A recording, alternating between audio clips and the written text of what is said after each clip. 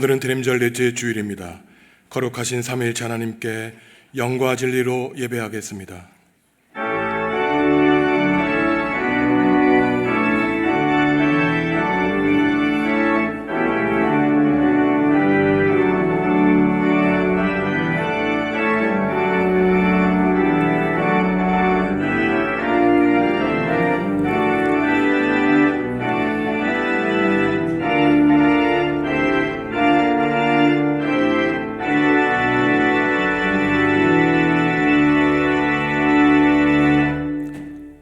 하나님, 죄로 망가진 세상 한가운데 오신 주님의 사랑과 은혜에 감사합니다.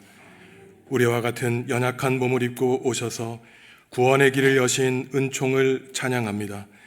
요셉과 마리아의 믿음과 순종 위에 임하신 하나님의 구원이 오늘 이 예배 가운데도 임하게 하시고 우리도 믿음으로 예라고 응답하여 주님께 나아가게 하여 주옵소서. 예수님의 이름으로 기원하옵나이다. 아멘. 하늘에 계신 우리 아버지, 아버지의 이름을 거룩하게 하시며 아버지의 나라가 오게 하시며 아버지의 뜻이 하늘에서와 같이 땅에서도 이루어지게 하소서.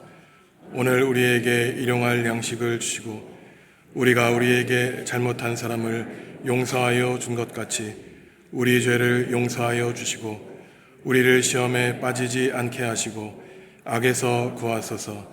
나라와 권능과 영광이 영원히 아버지의 것입니다. 아멘.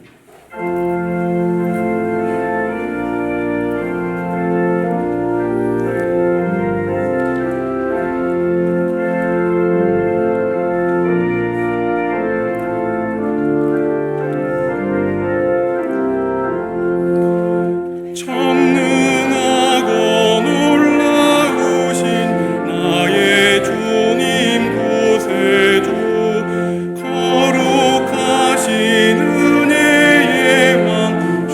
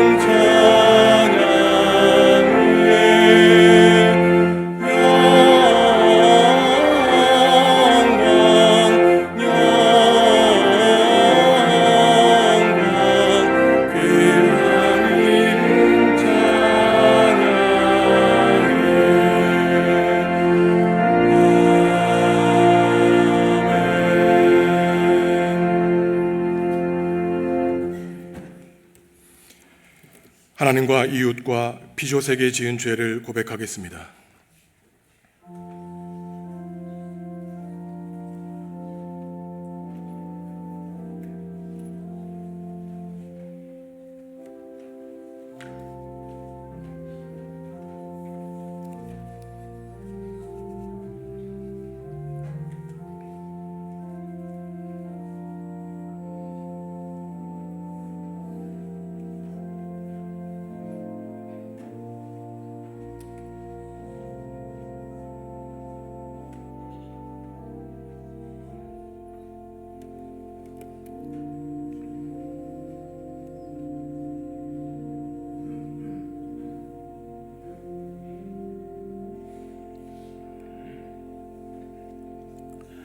하나님이 우리에게 주시는 용서의 말씀입니다. 그런즉 너희는 너희 길과 행위를 고치고 너희 하나님 여호와의 목소리를 청종하라. 그리하면 여호와께서 너희에게 선언하신 재앙에 대하여 뜻을 돌이키시리라. 아멘. 나는 전능하신 아버지 하나님 천지의 창조주를 믿습니다. 나는 그의 유일하신 아들 우리 주 예수 그리스도를 믿습니다. 그는 성령으로 잉태되어 동정녀 마리아에게서 나시고 본디오 빌라도에게 고난을 받아 십자가에 못 박혀 죽으시고 장사된 지 사흘 만에 죽은 자 가운데서 다시 살아나셨으며 하늘에 오르시어 전능하신 아버지 하나님 우편에 앉아 계시다가 거기로부터 살아있는 자와 죽은 자를 심판하러 오십니다. 나는 성령을 믿으며 거룩한 공교회와 성도의 교제와 죄를 용서받는 것과 몸의 부활과 영생을 믿습니다. 아멘. 나는 시온의 의가 빛같이 예루살렘의 구원이 횃불같이 나타나도록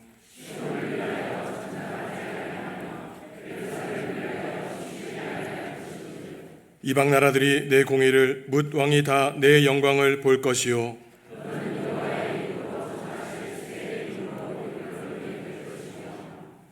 너는 또 여호와의 손에 아름다운 관, 내 하나님의 손에 왕관이 될 것이라.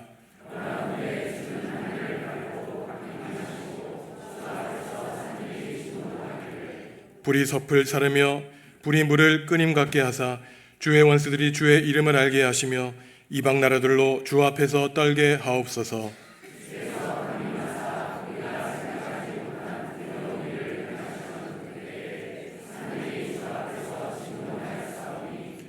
주 외에는 자기를 앙망하는 자를 위하여 이런 일을 행한 신을 옛부터 들은 자도 없고 귀로 들은 자도 없고 눈으로 본 자도 없었나이다.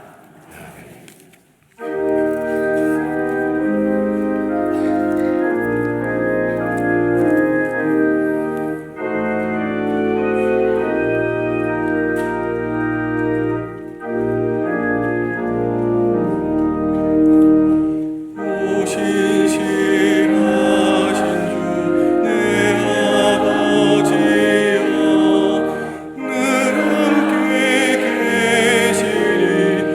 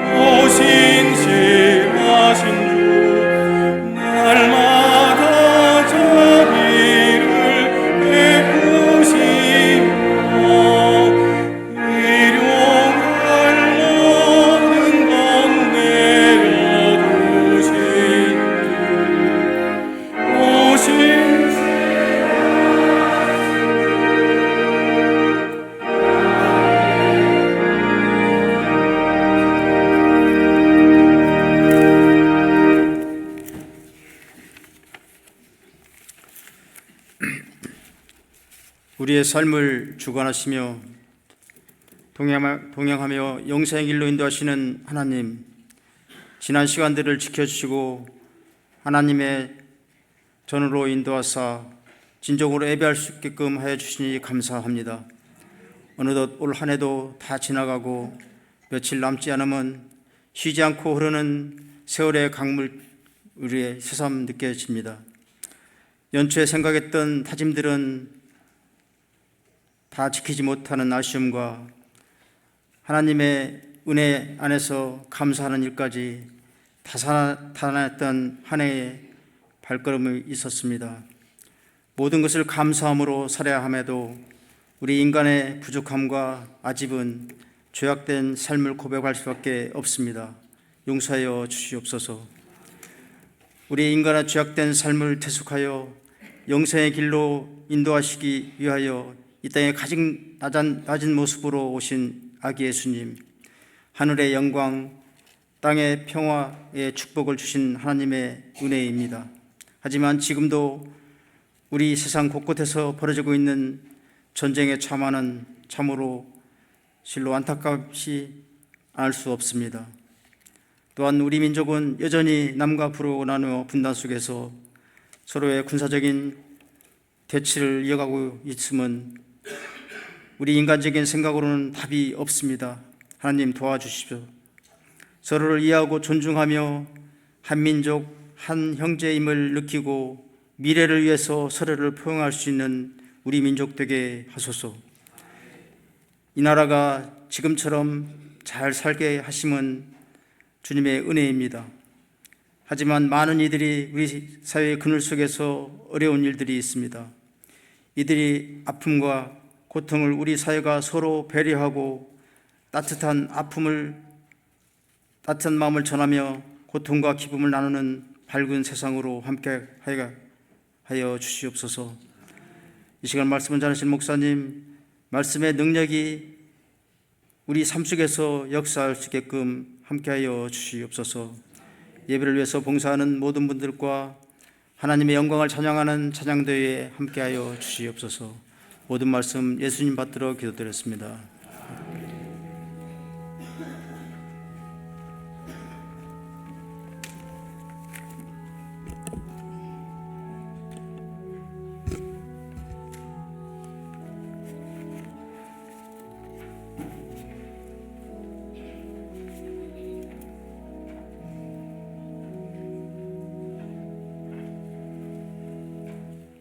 예수 그리스도의 나심은 이러하니라.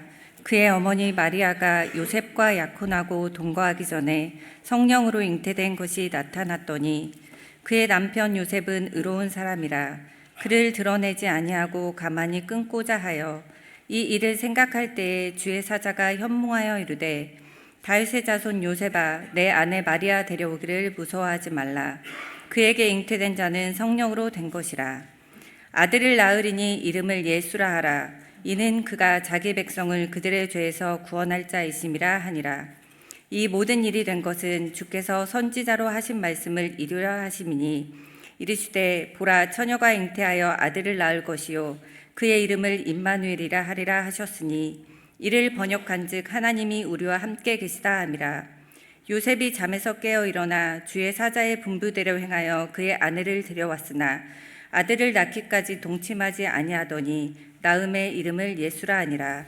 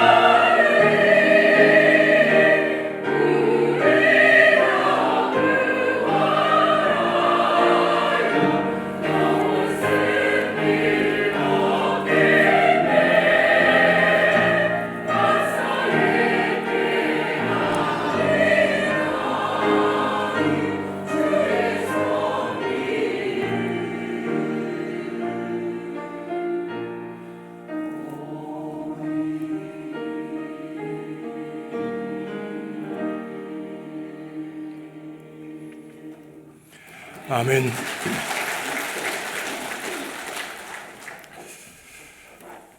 오늘날은 산업혁명 시대와 비교할 수 없을 만큼 빠르게 변하는 그러한 시대를 살아가고 있습니다.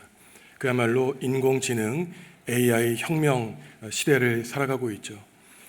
인공지능 컴퓨터는 진짜와 가짜를 구별할 수 없을 정도로 사람의 얼굴과 세상의 모습을 그려내고 있습니다.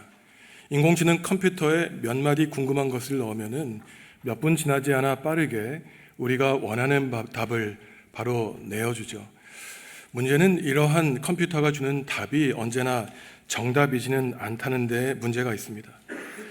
초등학생부터 대학생에 이르기까지 오늘날 학생들은 컴퓨터에 몇 마디 질문을 하고 답을 얻어내니 이전에는 열심히 공부하고 오랜 시간을 땀을 내어 연구해서 얻기도 힘들었던 그 답을 너무나 빨리 얻게 되어서 오늘날 학생들이 얻는 그 지식이 너무나 피상적이지 않을까 선생님들과 학자들은 염려하고 있습니다. 이러한 인공지능 시대에 이전까지 경험하지 못했던 놀라운 세상을 살아가니 인간의 정신, 영혼, 신, 이러한 개념들은 얼마나 고리타분한 것인지 세상 사람들은 말하고 있죠. 기독교의 핵심 교리인 하나님이 인간이 되었다는 성육신 교리, 그리고 처녀가 잉태하여 아들을 낳았다는 동정녀 탄생 교리는 그야말로 원시시대나 종교에 심취한 사람들이나 믿었던 것으로 오늘날 많은 사람들이 생각할 지경입니다. 오늘날 신앙인들의 위기는 단지 삶의 경제적인 위기가 아니에요. 오늘날 심지어 신앙인조차 이러한 과학적인 시대에 하나님이 있을 수 없다고 하는 무신론의 위기가 바로 오늘날 그리스도인들의 위기인 것입니다.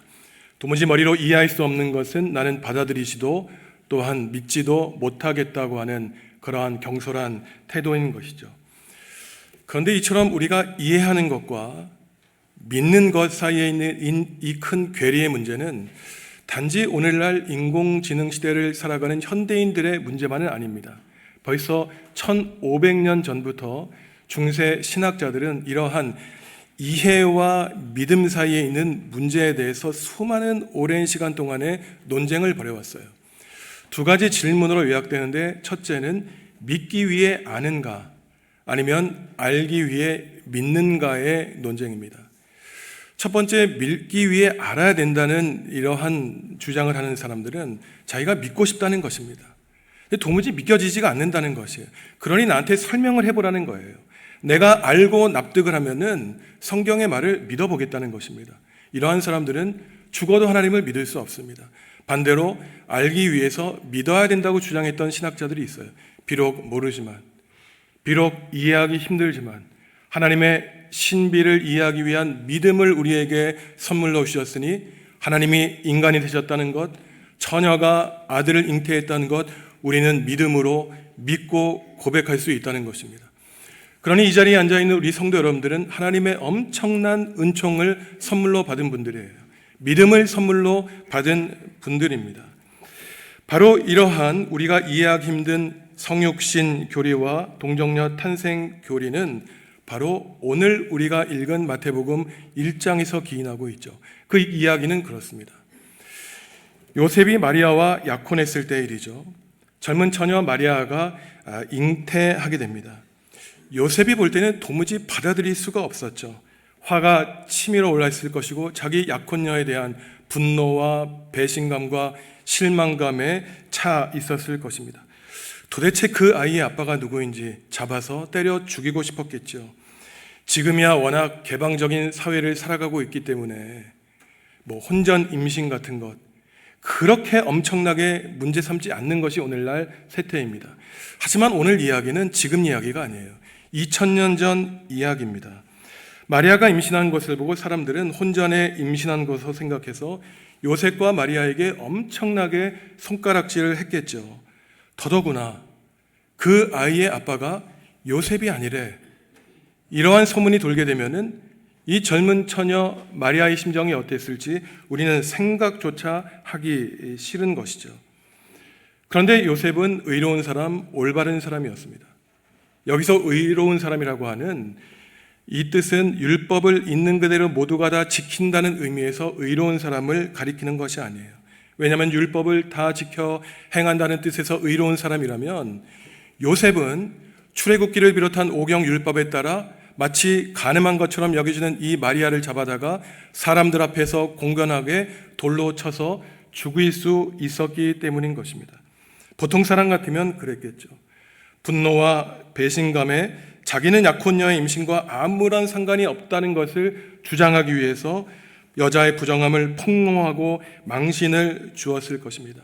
나는 거룩한 사람입니다. 저 여자의 잘못이 있습니다. 모든 비난의 화살을 여자에게 돌리려고 했겠죠. 약혼녀를 간음죄로 법정에 고발했을 것입니다. 하지만 요셉은 달랐어요. 조용히 이 약혼의 문제를 파혼하려고 했습니다. 아무도 모르게 야단 법석 떨지 않고 조용히 약혼녀와 헤어지려고 했죠. 이 모든 것이 다 자기가 사랑했던 여자를 배려하는 데서 온 결정이었어요. 그야말로 고뇌에 찬 신앙인의 결단이었습니다. 오늘날 예수님의 탄생은 기쁨과 감사로 가득한 축제날이지만 당시 요셉과 마리아가 예수님을 잉태했을 때는 사람들로부터 받을 수 있는 오해와 의심, 부부 사이의 어색함과 불편함에서 시작되었죠. 많은 사람들은 하나님의 역사가 탄탄대로에서 쉽고 평안하게 이루어지는 줄로 생각합니다. 하지만 성경은 정반대라고 말하죠. 우리를 구원하시기 위해 아들 예수님을 이 땅에 보내주신 사건은 이해되지 않는 상황과 감당하기 힘든 이러한 현실에서 시작되고 있는 것입니다. 요셉이 이 문제를 어떻게 해야 될까 조용히 헤어져야 되겠다 고민하고 있을 때 하나님의 사자인 천사가 요셉을 찾아오죠. 마리아를 아내로 맞아들이라고 합니다. 마리아가 아기를 갖게 된 것은 네가 의심하고 생각하듯이 다른 남자로 말미암은 것이 아니라 성령님으로 말미암은 것이라고 요셉에게 말하고 있어요. 지금 이 자리에 있는 남성 성도들이라면 이러한 천사의 말을 어떻게 받아들이겠습니까? 여러분이 결혼했어요. 여러분과 상관없는 아이를 아내가 갖게 되었습니다. 천사가 나타나서 이것은 사람으로 말미암은 것이 아니라 성령님으로 말미암은 것이라고 했을 때 신앙이 있으니 천사의 말이 거짓말일 리는 없지만 생물학적으로 과학적으로 도무지 받아들일 수 없으니 이러지도 저러지도 못했을 것입니다. 천사는 계속해서 말하죠. 너의 약혼녀 마리아가 아이를 낳을 것인데 그의 이름을 예수라고 해라. 우리는 예수님이라고 하면은 그저 예수 그리스도 한 분이라고 생각하지만 당시에는 굉장히 흔한 이름이었어요. 예수라고 하는 뜻은 주님이 우리를 구원해 주신다는 뜻입니다. 사실 예수에 해당하는 그리스어는 예수스라는 말이고 이러한 예수스에 해당하는 본래 예수님은 유대인이었기 때문에 유대식 히브리어는 우리가 잘 아는 여호수아였습니다. 예수 여호수아라고 하는 이름은 우리가 어릴 적 국어 시간에 배웠던 영희, 철수 이러한 아주 길거리에서 흔히 만날 수 있는 그런 이름이었습니다. 예수님이 이 땅에 오실 때는 마치 오늘날 부모가 자녀의 이름을 낳을 때 어디 옛날 같으면 전화 기록부에도 없는 희한한 이름, 처음으로 만든 이름을 지으려고 노력하지만 하나님은 아들 예수를 이 땅에 보내실 때 그러지 않았습니다. 많은 사람들이 가지고 있는 이름, 흔한 이름을 가지고 이 땅에 오셨어요. 예수님이 이 땅에 오실 때 아주 평범한 우리네와 같은 몸의 옷을 입고 오셨던 것입니다.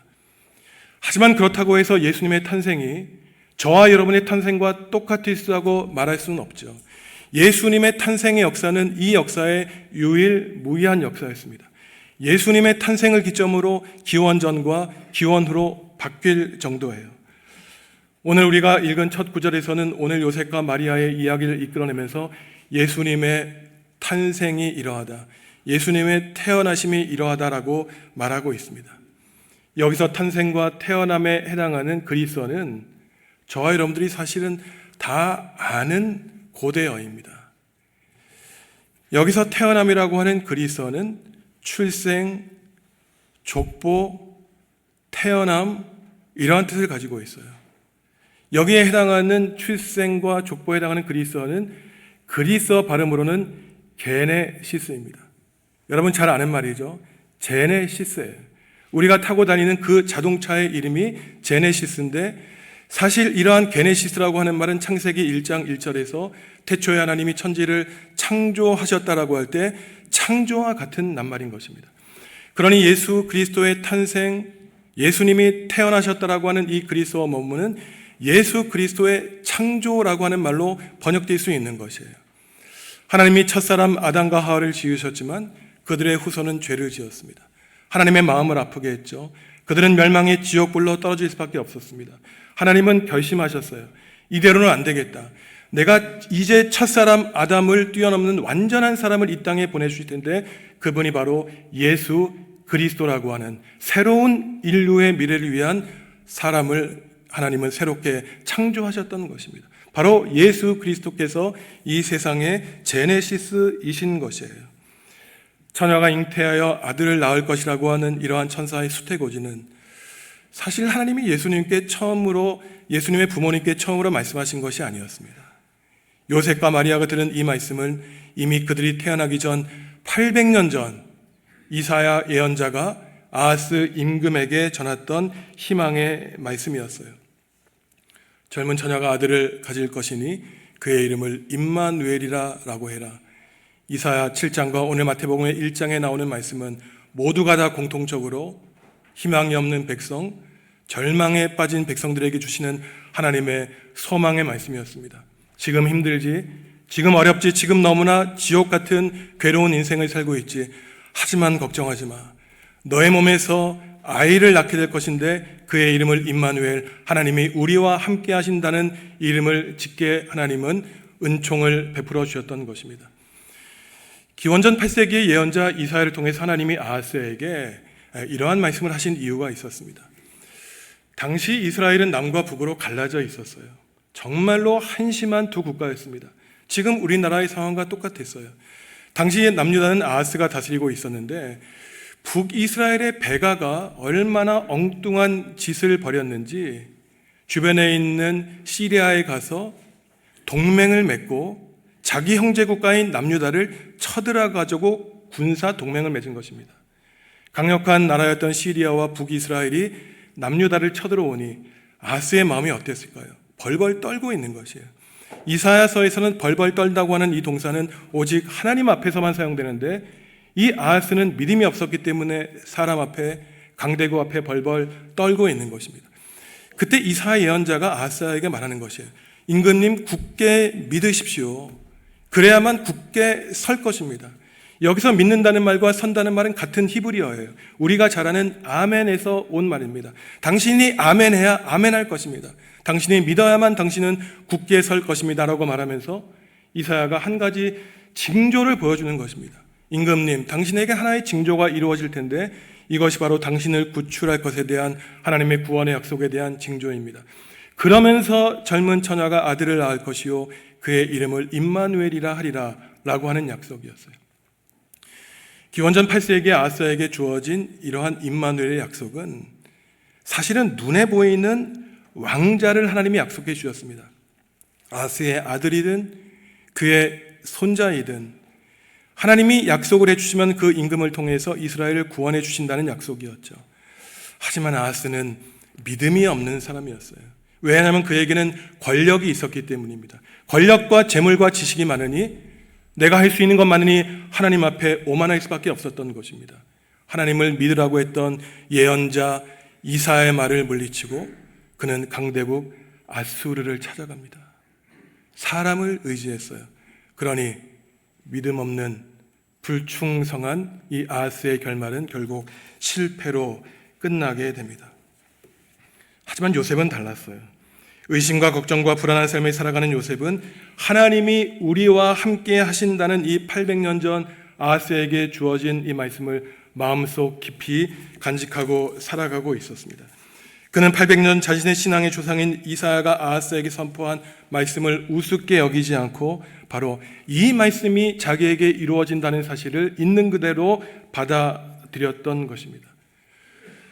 오늘 우리는 대림절 마지막 주일을 보내고 있죠. 지난 3주 동안 우리는 일관되게 반복적으로 예수님이 우리에게 찾아오신다는 하나님의 말씀을 묵상했습니다. 예수님이 언제 오실지 모르니 깨어 기도하라는 하나님의 말씀을 들었죠. 메시아가 오시면은 이 땅의 정의와 공의와 평화로 다스린다는 하나님의 말씀을 묵상했습니다. 예수님의 강림이 가까우니 깨어 기도하며 인내하고 기다리라는 말씀을 드렸어요. 그런데 예수님이 오시는 것 자체가 중요하지 않습니다. 왜 오시는가? 왜 하늘 보좌 버리시고 이 낮은 땅에 오시는가를 우리가 알아야 되는 것이죠. 오늘 말씀에 그 해답이 있습니다. 처녀가 잉태하여 아들을 낳을 것이요 임마누엘, 하나님이 우리와 함께 할 것이다. 우리와 함께 계시기 위해 예수님이 우리를 찾아오시는 것입니다. 가난한 사람 찾아오시죠. 병상에 있는 병든 사람 찾아오십니다.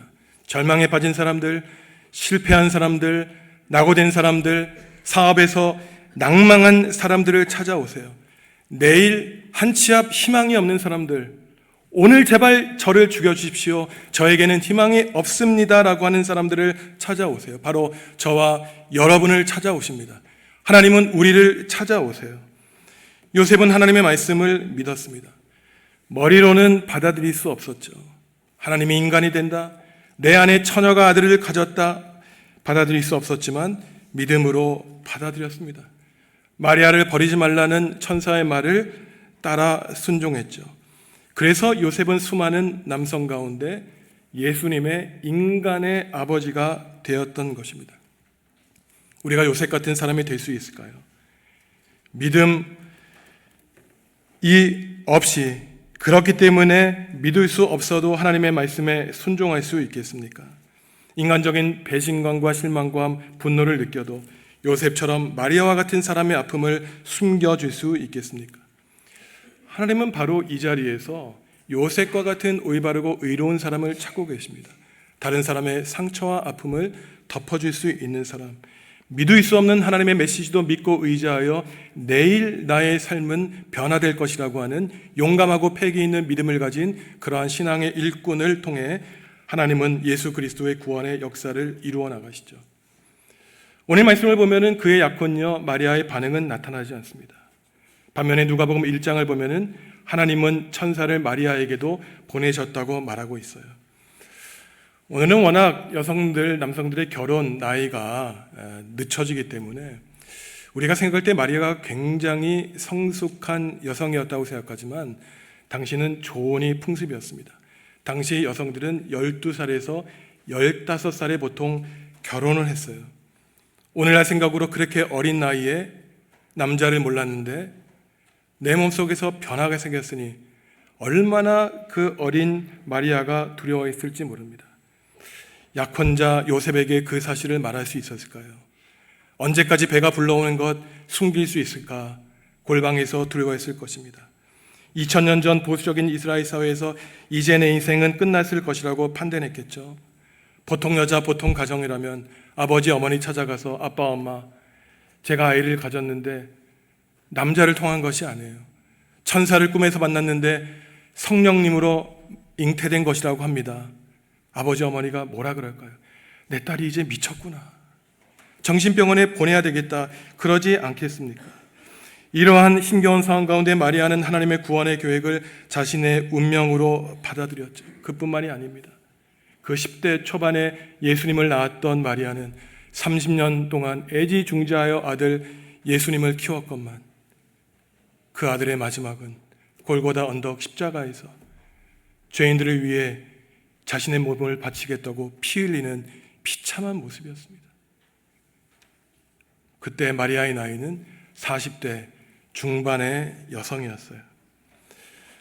저는 오늘 말씀을 지난주 계속 묵상하면서 이전에는 잘 생각하지 않았던 질문이 끊임없이 제 머리에 남아 있었습니다. 그 질문은 하필이면 왜라는 질문이었어요. 하필이면 왜? 하필이면 왜 수많은 사람 가운데 하나님은 요셉을 선택하셨을까? 하나님은 수많은 여성 가운데 왜 마리아를 선택하셔서 그의 여성의 몸에서 하나님의 독생자 아들 예수 그리스도를 이 땅에서 태어나게 하셨을까? 마리아가 순결했기 때문일까? 믿음이 좋았기 때문일까? 하나님의 말씀을 있는 그대로 따라 살았기 때문일까? 오늘 본문에는 그러한 하나님의 선택의 이유가 나타나지 않습니다. 교회 조금이라도 다녀본 사람이라면 요셉과 마리아가 예수님의 인간의 아버지 어머니지 다 알고 있기 때문에 그냥 넘어갑니다. 하지만 거룩한 신앙의 호기심을 가진 사람이라면 하필이면 왜 수많은 사람 가운데 요셉과 마리아를 선택했을까? 우리는 생각해 볼 수 있는 것이죠. 한번 따져보세요. 지금 이 자리에 있는 성도 여러분들의 가정 가운데 예수님과 같은 그 훌륭한 아이를 내가 잉태하고 내 딸이 잉태했다고 한다면 동네방네 현수막을 수백 개 걸어도 아깝지 않을 것입니다. 하나님이 마리아를 선택하신 것에 대한 힌트를 마태복음에 나오지 않는 누가복음 1장에서 우리는 찾아볼 수 있습니다. 누가복음 1장을 보면은 아이를 잉태한 마리아가 사촌인 엘리사벳을 찾아가죠.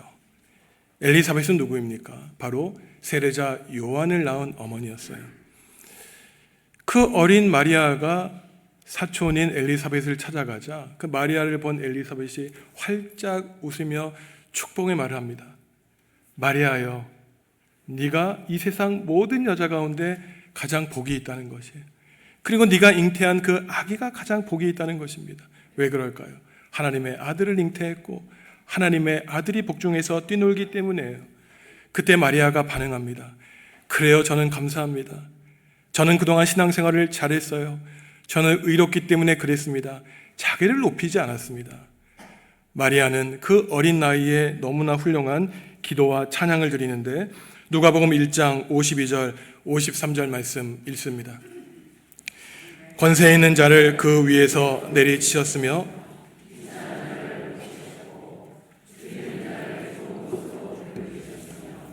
부자는 빈손으로 보내셨도다. 높은 자를 낮추시고 낮은 자를 높인다는 이 기도, 저와 여러분은 다 드릴 수 있는 기도라고, 평범한 기도라고 생각할 수 있을지 모릅니다. 하지만 그렇지 않아요. 마리아가 기도한 이 내용은 이스라엘에서 첫 임금 사울을 임금으로 세운 사무엘을 낳은 어머니 한나가 드린 기도였던 것입니다. 한나는 자식을 낳지 못해 매년 실로 성소에 올라다가 눈물 흘리며 기도했습니다. 하나님, 저에게 아들 주시면 그 아들을 하나님께 바치겠습니다. 기도의 아들이 바로 사무엘이었어요. 그때 바로 한나가 기도했던 높은 자를 낮추시고 낮은 자를 높으신다는 것이 바로 믿음의 여성 한나가 드린 기도였고, 이 기도를 마리아가 따라했던 것입니다. 새한글 성경으로 사무엘상 2장 6절과 7절 말씀 읽습니다. 여호와는 죽이기도 하시고 살리기도 하십니다. 수올로 내려가기도 하시고 올라오게도 하십니다. 여호와는 가난하게도 만드시고 부유하게도 만드십니다. 낮추기도 하시고 또 높이기도 하십니다. 아멘. 부부는 닮는다고 하죠. 요셉과 마리아도 너무 닮았어요. 요셉도 800년 전 신앙의 선조 이사야를 통해 주신 말씀을 자기의 말씀으로 간직하고 있었습니다. 마리아도 그가 태어나기 전 1000년 전 유대 땅 한갓 이름 없었던 한나가 드린 기도를 자기의 기도로 삼았어요. 롤모델로 삼았습니다. 예수님이 그토록 기도하는 법에 대해서 알려주셨지만 수많은 사람들은 기도를 통해서 자기의 지식을 자랑합니다. 자기의 생각을 관철시키라고 해요. 하지만 그러한 기도는 수학적으로 화려할지 몰라도 하나님이 보시기에는 한갓 미물에 정말로 보잘것없는, 하나도 받아들이지 않는 기도예요. 진정한 기도는 바로 마리아가 드린 기도와 같은 기도입니다.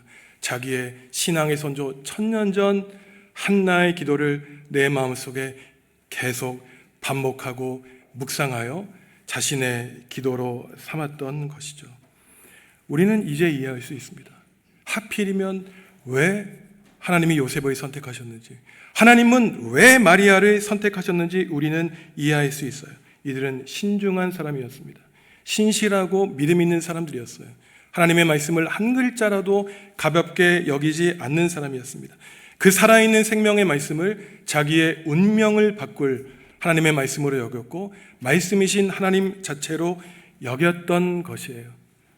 말씀을 묵상하는 사람, 읊조리는 사람이 있다고, 복이 있다고 했을 때 우리가 함께 이 자리에서 그 말씀을 무시하지 않고 입술을 벌려 함께 읽는 사람, 마치 내가 초등학교와 같이 아둔해 보일지는 모르지만 순수하고 신령한 그러한 요셉과 마리아와 같은 사람을 하나님은 구원의 도구로 사용하시는 것입니다. 성도 여러분, 하나님이 우리를 찾아오십니다. 가난하고 비천한 삶을 살아가고 있는 우리를 찾아오시죠. 임마누엘, 그것은 하나님이 우리와 함께 계시기 위해 우리를 찾아오십니다. 하나님은 저와 여러분과 함께 계시기를 바라세요. 그렇다면 여러분은 얼마나 하나님과 계시기를 바라십니까? 주님이 찾아오실 때 성도 여러분들의 마음을 활짝 열어 예수님을 온몸과 마음으로 받아들이시기 바랍니다. 이 시대의 요셉과 마리아가 되시기 바랍니다. 하나님이 성도 여러분과 여러분의 가정 가운데 임마누엘, 영원토록 함께하여 주실 것입니다. 하나님, 오늘 우리는 하나님의 아들이신 예수님이 이 땅에 오신 거룩한 사건, 성육신의 신비 앞에 서 있습니다. 우리 인생의 한복판에 임마누엘로 오시는 예수님을 기쁘게 영접하게 하여 주시옵소서. 그 오시는 길 위에 요셉과 마리아의 믿음과 순종이 놓여 있었듯이 주님의 자녀들이 하나님의 거룩한 뜻 앞에서 우리의 권리를 내려놓고 하나님을 알고자 하는 신비한 지혜와 믿음 위에 우리의 인생을 준비하게 하여 주옵소서. 예수님의 이름으로 기도합니다. 아멘.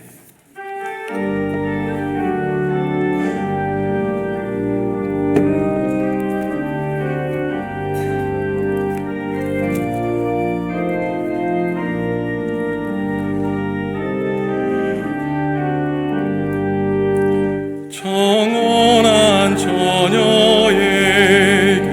주 천사 나타나 두려워하지 말라 참 기쁜 소식을 온 세상 사람에게 나 전파하노라. 주의 받은 큰 복이 있으나 주님이 함께하니 큰 영광이로다. 주 너를 선택하시사 큰 복을 주셨네. 천사의 말을 듣고 엎드린 마리아 떨리는 마음은 그 말씀 들었네. 주 천사 전한 말씀 그 맘에 새겼네. 무서워하지 말라 너 잉태하리니 그 탄생하는 아 예수라 하리라. 온 세상 다스리는 만왕의 왕이라. 마리아 말하기 이런 일이 있을까. 전능한 주님께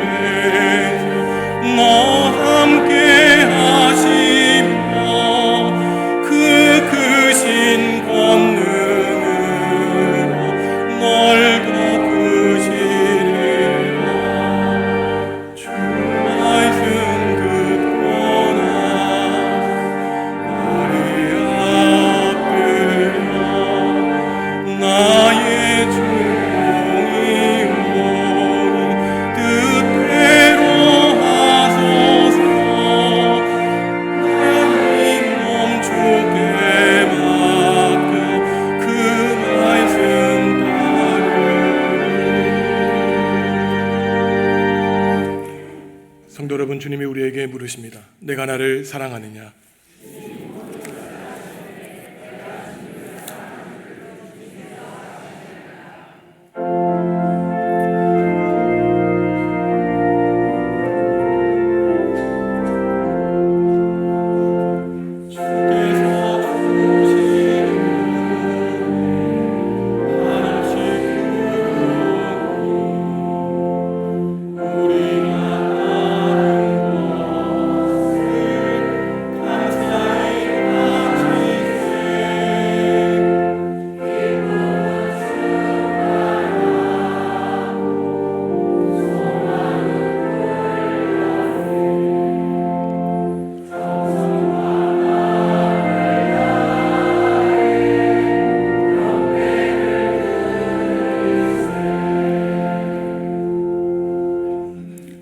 하나님, 우리를 구원하시기 위해 이 낮은 땅에 내려오신 주님을 찬양합니다. 오늘 대림절 마지막 주일을 보내며 하나님의 아들을 잉태한 요셉과 마리아처럼 믿고 순종하기로 다짐합니다. 믿음이 연약한 우리에게 성령님을 보내주셔서 견고하고 단단한 믿음 가지고 세상을 승리하며 살아가게 하여 주시옵소서. 이 나라와 결의가 여전히 정쟁과 전쟁을 멈추지 않고 있습니다. 주님이 통치자로 나라와 결의를 다스려 주시옵소서. 하나님을 경외하는 나라와 결의되어 주님이 주시는 복을 누리며 정의와 공의와 평화로 하나 되는 역사 일으켜 주시기를 빌고 원합니다. 한국 교회가 어두운 역사, 식민지 시대와 전쟁 가운데에서 이 땅의 희망이 되었던 것처럼 인구 감소와 인간의 영혼을 경시하는 문명 가운데 영원한 생명과 부활의 참 소망이 되게 하여 주시옵소서. 주님이 세워주신 우리 정읍중앙교회에 속한 여러 기관과 부서 있습니다. 영아부로부터 청년부, 남녀 선교회, 찬양대, 그 밖에 여러 기관과 부서에 속하여 주님의 몸된 교회를 이루는 마디 끝까지 성령님의 힘을 공급해 주셔서 우리 모두가 말씀 위에 든든히 서가게 하여 주시옵소서. 삶에 피곤하고 고단한 문제를 가지고 주님께 간절히 기도하는 교우들이 있습니다. 이들의 기도와 간구 들어주셔서 주님이 인도자가 되어주시고 우리는 선한 양처럼 목자이신 주님의 길을 묵묵히 따라가게 하여 주시옵소서. 유중재 기어이 성도를 우리 교회 새 가족으로 삼아주시니 감사합니다. 이들에게 맡겨주신 고은이와 은호가 하나님을 깊이 알아가게 하시고 기쁨과 감사가 넘쳐나는 복된 가정 되게 하여 주시옵소서. 주님이 베풀어 주신 사랑과 은총에 감사하며 예물 드립니다. 하나님을 향한 신앙을 고백하며 바치오니 물질의 비참한 노예로 살아가는 사람이 아니라 주님이 부르시는 거룩한 종으로 복되게 살아가게 하여 주시옵소서. 예수님의 이름으로 기도합니다. 아멘.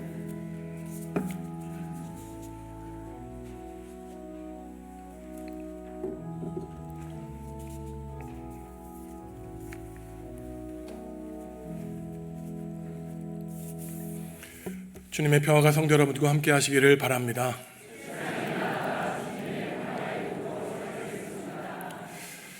이번 주 수요일은 성탄절 전날이죠. 그래서 수요 기도회 때에는 오늘 주보에서 보듯이 영아부부터 청년부까지 우리의 자녀들이 마치 동방박사들이 아기 예수님께 선물을 바친 것처럼 하나님 예수님께 귀한 믿음의 선물을 드리도록 하겠습니다. 많이 참석하셔서 우리가 성탄의 기쁨을 온 가족들과 함께 나누겠습니다. 그 다음날 목요일은 성탄절입니다. 1부, 2부 예배를 하나님께 올려드리고 2부 예배 때에는 특별히 유아 세례식이 있습니다. 우리의 자녀들을 하나님께 바치고자 준비하는 성도들 또한 자녀들을 위해서 기도해 주시기 바랍니다. 성탄절은 2부 예배가 있기 때문에 새벽 기도회는 각자 가정에서 드리도록 하겠습니다. 그리고 성탄절 2부 예배 후에는 공동 식사가 있습니다. 오늘 예배가 끝난 다음에 바로 임직자 총회가 있겠습니다. 임직자들은 남아주셔가지고 같이 회의 갖도록 하겠습니다.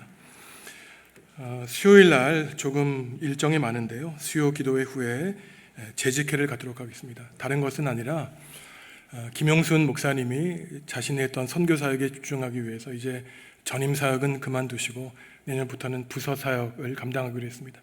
그래서 우리가 새로운 부목사님을 모시는데 김성훈 목사님 모십니다. 이전에는 사실은 노회 전에 한 3월 달에 재직회를 열어서 서류를 올렸는데 이번 우리 시차례에서 다른 곳에 담임 목사님으로 가시는 분이 있어서 급하게 시차례를 열기 때문에 저희도 좀 미리 재직회를 열어달라고 부탁을 해왔습니다. 나가실 때 현관에 보시면은 교인들 그 서명이 필요합니다. 그래서 우리 부목사님 청빙한 거 서명해 주시면은 저희가 수요일 날 재직회 진행하는데 훨씬 수월하겠습니다. 오늘 말씀을 기억하시면서 우리 주위에 있는 교우들과 이렇게 인사하시죠. 임마누엘 하나님을 찬양합니다. 임마누엘 하나님을 찬양합니다. 일어나서 주님을 찬양하겠습니다.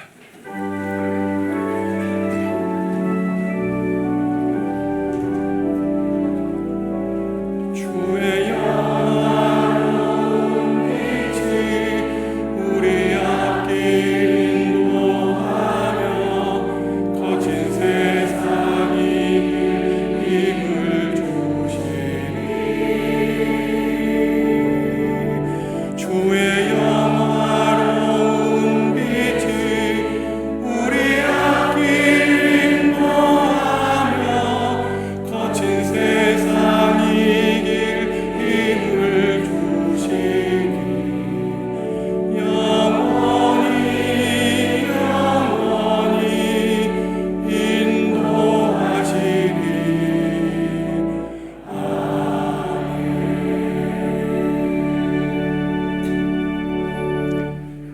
성도 여러분, 주님이 오십니다. 여러분과 함께 계시기 위해 찾아오십니다. 예수님을 맞이하시기 바랍니다. 주님이 우리를 구원해 주실 것입니다. 예수님의 은혜와 하나님의 사랑과 성령님의 사귐이 우리와 함께 계시기 위해 오시는 예수님을 삶의 한가운데 모시고 살고자 다짐하는 성도들에게 지금부터 영원히 함께하여 주시기를 간절히 축원하옵나이다. 아멘.